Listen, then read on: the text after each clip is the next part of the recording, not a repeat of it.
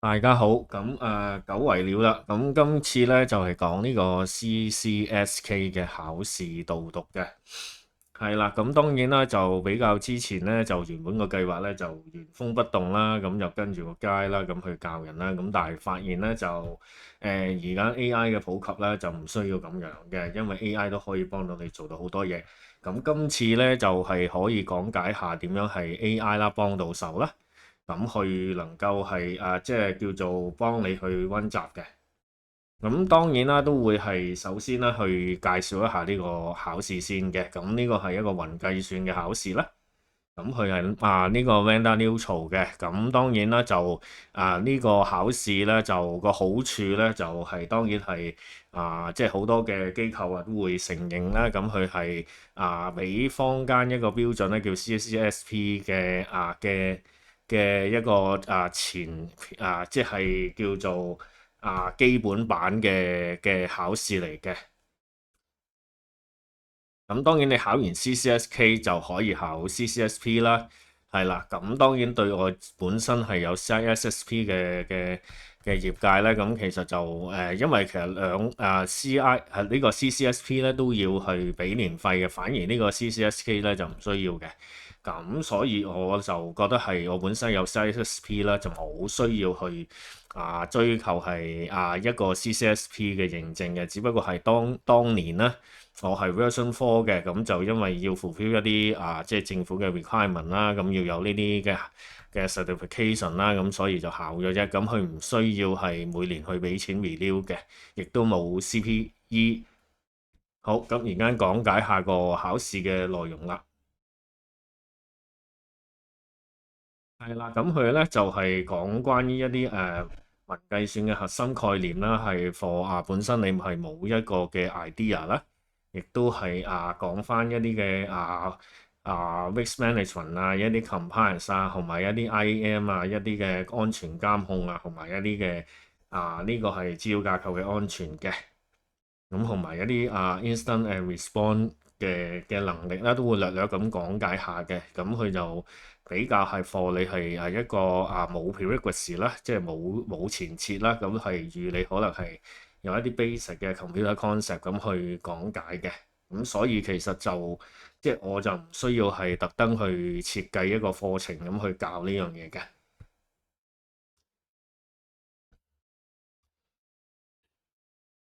咁譬如係佢會係 regarding to 啦，NIST 啦，一個網絡安全嘅標準咧，講翻呢啲定義啦，係啦。咁佢就係講一啲嘅 on demand 啦，同埋佢嘅優勢有啲成本效應或者係一啲擴展性、可用性咁樣嘅，係啦。咁譬如係一個部署嘅模型咧，咁佢可以係 public cloud 啦，或者係 private cloud。咁 public cloud 就係坊間一啲嘅本身譬如 Microsoft AWS Google呢三大嘅第三方嘅服務提供商去擁有啦。咁去提供一個係 flexibility 俾係按需要去收費嘅。咁當然如果係私有雲啦，就係一個即係 for 翻即係一個 private cloud 啦，就係有自己一個組織係擁有嘅硬件 data center 咁亦都係要 provide 俾翻 internal 嘅組織啦，係一個internal 嘅 private cloud 咁樣嘅。咁當然咧，其實現實嚟講咧，其實都係好 common 啦，就係有呢個公有雲同埋私有雲啦。咁去睇翻譬如一啲好 basic 嘅一啲好冇 sensitive 嘅嘢，咁當然係可能係有啲嘅 application 就會係喺個 public cloud 啦。咁有啲好 critical或者係即係一啲好 data oriented 嘅，又要好快速嘅地方啦，就可能係要用翻 private cloud。咁可以係喺翻一個組織裏邊係一個組合咁樣嘅。咁譬如係喺本書嚟講咧，咁係有譬如 IaaS 啦，Infrastructure as a Service 啦，呢個係平台即服務啦，即係 Platform as a Service 啦，或者係最 common 嘅，譬如我哋譬如有啲嘅中小企咁佢需要用啲 project management 嘅軟件咁佢可能就會用一啲嘅 SaaS 嘅 application坊間嘅 software as a service 啦，咁係係啦，即係冇需要係安裝或者維護嘅，直接係個 cloud 嗰度咧就直接可以係即係 log in，即係有自己嘅 identity log in 咗，俾咗月費，跟住就可以用得㗎啦。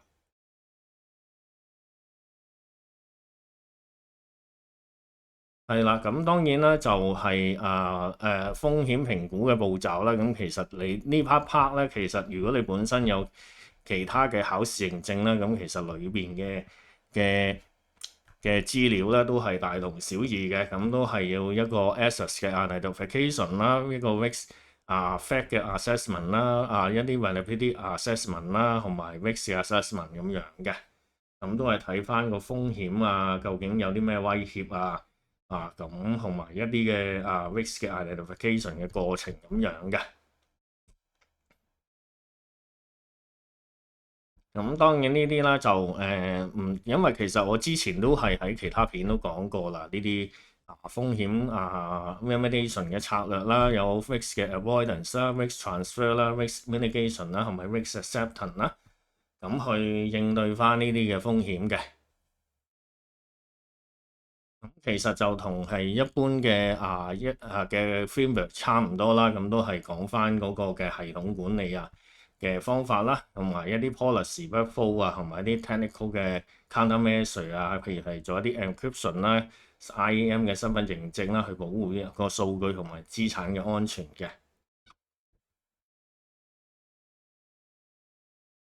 咁譬如喺數據保護嗰方面啦，咁當然呢啲就要背啦，因為其實就喺香港咧就冇 mention 太多，譬如係 GDPR 或者係 HIPAA 一啲即係同medical 嗰邊本身有關嘅法案嘅，咁呢個就可能要睇翻書啦，一啲 compliance 嘅 assessment 啦、evaluation 啦，咁去做翻一啲嘅 compliance 嘅定期檢查，一啲control measure 有冇做翻呢方面嘅嘅步驟咁樣嘅。咁裏邊咧就係、譬如係一啲嘅data owner 嘅重要性啦，因為其實就都要 define 翻呢啲 data owner 啦。咁譬如係而家係當時當刻嘅一啲cloud computing 嘅 challenge 一啲企業嘅應對策略咁都係裏邊都會有略略講過嘅。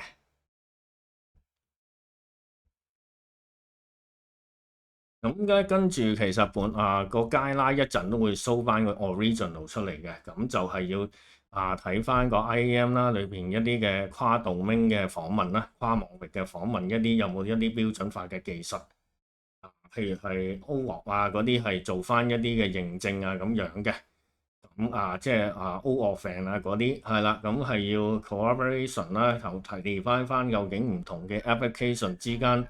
同一個身份咁，佢哋個 access right 係點樣咧？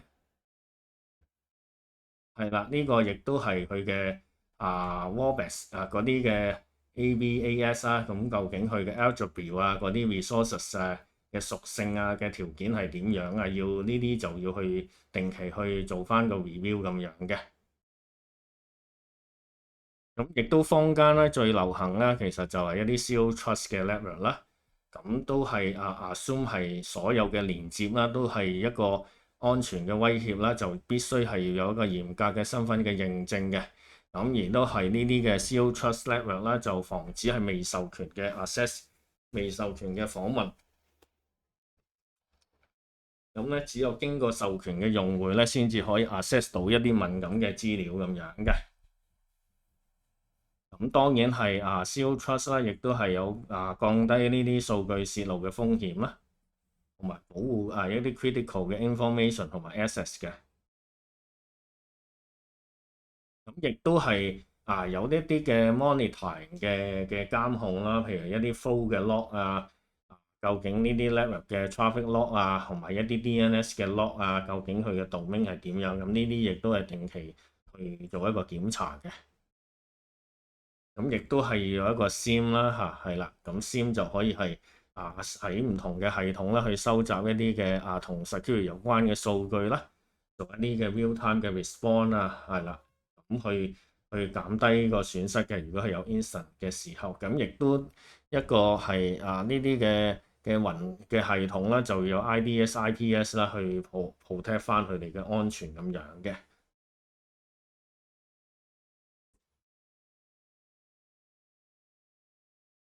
呢啲嘅安全嘅設計啦，首先就係要有一個 multi-layer 嘅 defense 啦。究竟同埋個 network 嘅 segmentation 啦，會唔會係即係喺一個 network 係有一個未 unauthorized access 就去到唔同嘅 network 咧，唔同嘅譬如唔同部門嘅 network 咧，咁有冇一個好強嘅身份驗證同埋加密技術？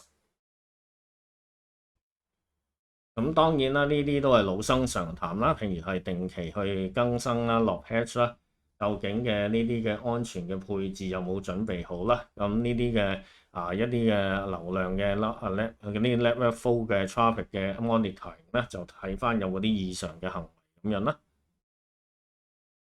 同埋 container 啦，同埋 VM 嘅 security 嘅，咁要睇要一個係靈活嘅運算環境啦。咁亦都係呢啲嘅 container 啦，就唔可以忽視嘅。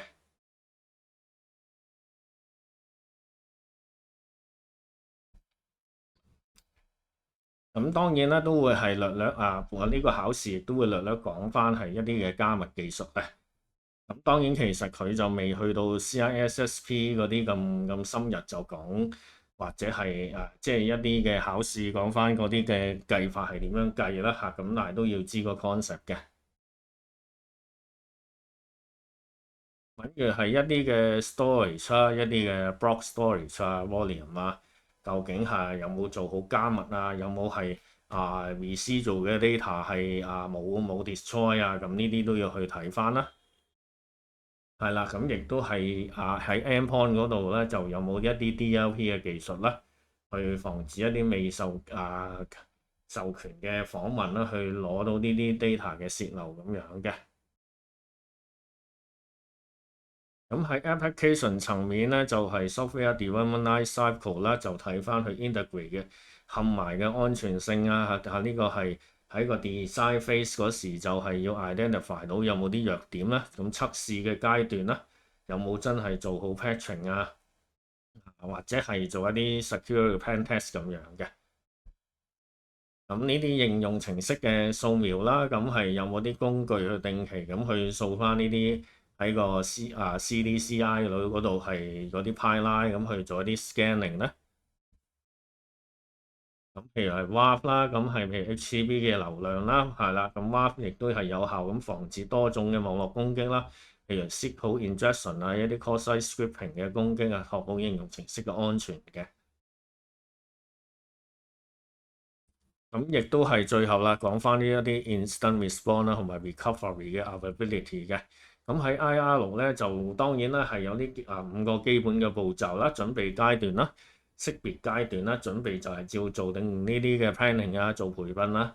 咁識別咧就係有冇能力去檢測究竟嗰個嘅instant 嘅嘅類型啦，同埋範圍嘅係一啲嘅 countermeasure 啦，有 mitigation 啦，有冇能力去限制呢啲事件嘅傷害啦，防止進一步擴散啦，個 root cause analysis 啦，即係事後就睇翻究竟個 root cause 係specify，譬如係邊個 endpoint 嗰度有問題啦，最後就係一個 recovery 嘅能力啦，係咪好快咁樣可以做到 recovery 嘅？咁喺 DLP 啦，咁呢個亦都係一啲喺譬如喺 CISA 呢啲嘅認證嗰度都有講過啦。咁譬如係即係究竟係會唔會個 recovery 嘅能力備份嘅能力呢啲 infrastructure 嘅裏邊嘅應變嘅能力係點樣去做到 recovery 咁樣嘅？咁亦都係最影響到業務嘅一啲嘅 critical 嘅 incident 啦，咁係究竟個 contingency plan 譬如機場冧咗咁變翻人手係點樣做法咧究竟一啲嘅 offline 嘅 device 係點樣可以幫到手係做個 BCP 咧？咁究竟個策略嘅制定係點樣咧？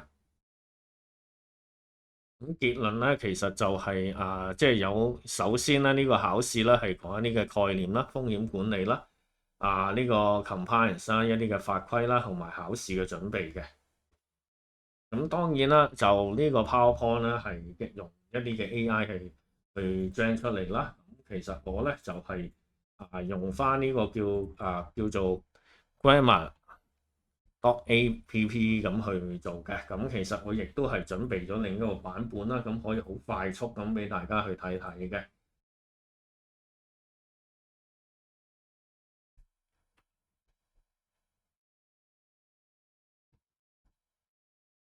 咁其實咧呢個咧係啦。咁當然我就唔會再重複咁講啦，因為其實就喺呢個 Grammar 嗰個 .app 啦，就可以係好快速咁樣將你想講嘅嘢咁去做翻一啲嘅 PowerPoint 嘅。係啦，咁佢就係、即係都會係約略咁講啦。譬如頭先冇講咁，其實就係、即係大約係12個 domain 啦。係啦，就有呢啲咁嘅 concept 嘅。咁當然我唔會再重複咁講噶啦。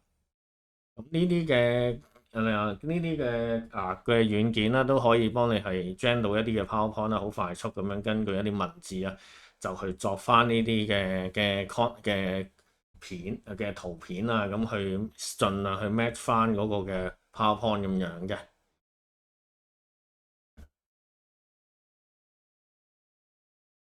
係啦，咁其實裏邊都會係講 encryption 啦，亦都係有啲 tokenization DLP 亦都係頭先講過啦。咁呢度咧，亦都係講翻個 instant response。咁當然呢度咧就係、因為佢可能係我係根據一啲嘅唔同嘅 prompt 啦，咁所以呢啲內容係有啲差別嘅。咁所以呢度就唔係可以影響大家啦。咁佢一陣都會 show 翻個原文出嚟嘅。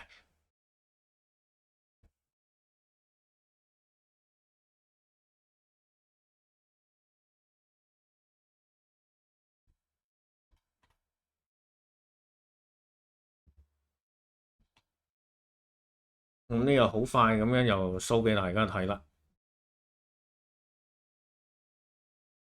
係。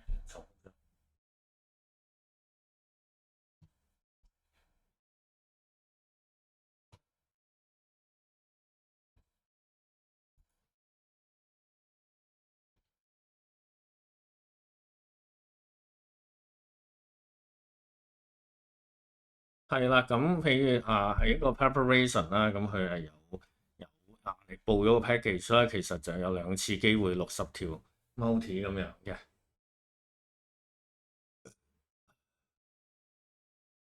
咁呢啲都係頭先略略講過嘅嘢嘅。IAM 啦，究竟個要分清楚access control 啦、authentication 啦同埋 authorize，究竟係關嗰啲咩 right 俾呢個人啦，呢個 identity 啦，跟住咁同其他嘅系統點樣配合啦，做到個 federation 啦。係啦，呢啲都係頭先講過嘅嘢嘅，咁用另一個 PowerPoint 啦去表達翻出嚟嘅。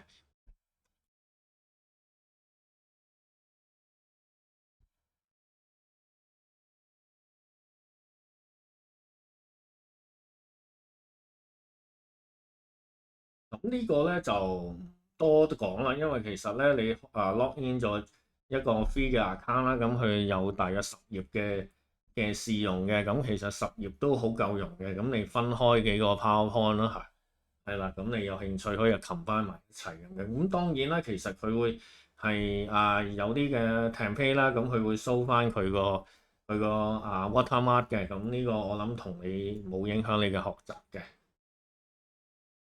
咁點樣去 prepare 呢個考試呢？咁當然啦，其實就點解揀呢個考試呢？咁其實我本身係有V4啦，咁而家出咗 V5啦，咁我就係考呢個嘅 upgrade 試嘅。咁本身呢，其實就算你第一次嚟啦，就係免費 sign up 咗呢，咁其實就已經係可以 download 佢個 prep kit 咧，咁去溫習噶啦。咁當然啦，其實如果你係有 budget 噶啦，咁其實佢有佢官方嘅一啲嘅 virtual 嘅lecture class 啦，同埋有 lab 嘅。咁你溫完之後咧，就可以隨時 online 咁去考試嘅。咁裏邊咧，咁而家呢個就係個原文啦。咁其實咧就會係喺呢度啦嚟講咧，就 show 翻咧有呢12個 domain 啦。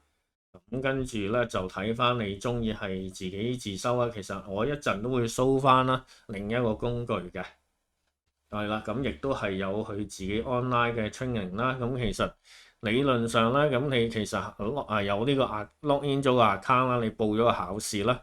咁其實佢亦都係有 CCSK 嘅呢個 chatbot 嘅，咁你都可以直接問啲問題，等佢答你都得嘅。咁但係呢個比較花巧嘢啦。因為其實你問一般嘅 ChatGPT 啦，佢都會答到你嘅。咁所以咧，其實我就唔花時間咁去特登又話整個 training course for 呢樣嘢嘅。咁我就係個着眼點咧，就點樣係幫到大家去即係首先就睇下你覺得有冇興趣啦，有興趣咁樣可以快啲準備好考好個試咁樣嘅。咁裏邊咧留意啦，咁其實咧佢嘅內容咧就呢個係個課程嘅綱要啦，咁係佢嘅 point form，即係一個當係書裏邊一啲嘅 indexing 啦，就講係考試嘅範圍嘅。咁其實佢個 secure study guide 啦，就126頁嘅，呢個先係佢需要考試嘅地方。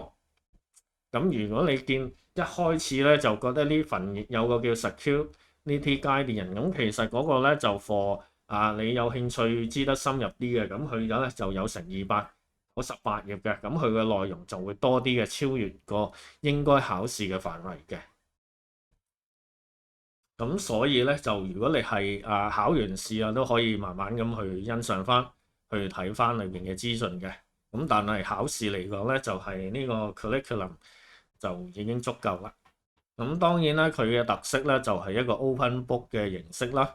咁你係理論上咧，你係可以喺度揾資訊嘅。咁但係實戰上咧，你係佢嘅 original copy 啦，你打呢度打啲 keyword 去 searching 咧，其實會輕機嘅。咁呢個係佢特登設計，就等你都係啦。而家就算你冇打任何嘢，佢都輕咗喺度嘅。咁呢個就留意翻啦。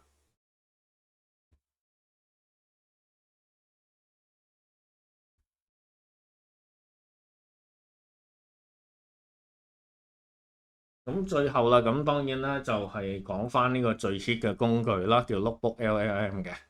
咁其實咧，你可以咧就懟晒啲資料落去啦，咁就跟住咧就可以就俾一個嘅佢有 executive summary 啊，會有一個語音嘅摘要啦。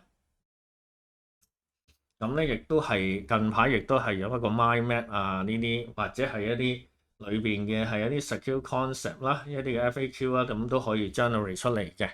咁同一時間咧，你亦都可以係 add 一啲嘅 source 啦。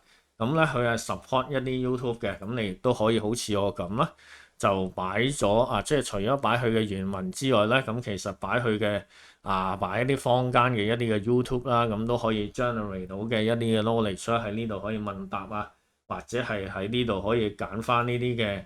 Welcome to the deep dive. Today we're tackling cloud security.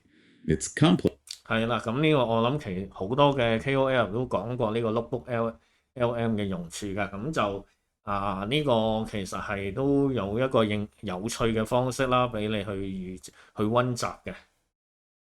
係啦，咁譬如佢呢個 mind map 啦，咁其實都係幾 visualize 嘅，咁但係其實佢就好難 fine tune 呢個 mind map 係點樣，因為你會發現其實佢只不過係每個 chapter 跟住extract 翻一啲嘅 keyword 出嚟咁樣啫。係啦，咁叫做係等你可以有個廊啦，咁去了解翻呢個考試需要識啲乜啦，同埋都 familiarize 裏邊啲嘢啊。咁譬如裏邊嘅 container 咁你識唔識 Kubernetes 一啲 control panel、data panel 嘅嘢咧？係啦，一啲比較新嘅嘢係啦，或者係佢都有略略係講翻係啲 AI 嘅嘢咁樣嘅。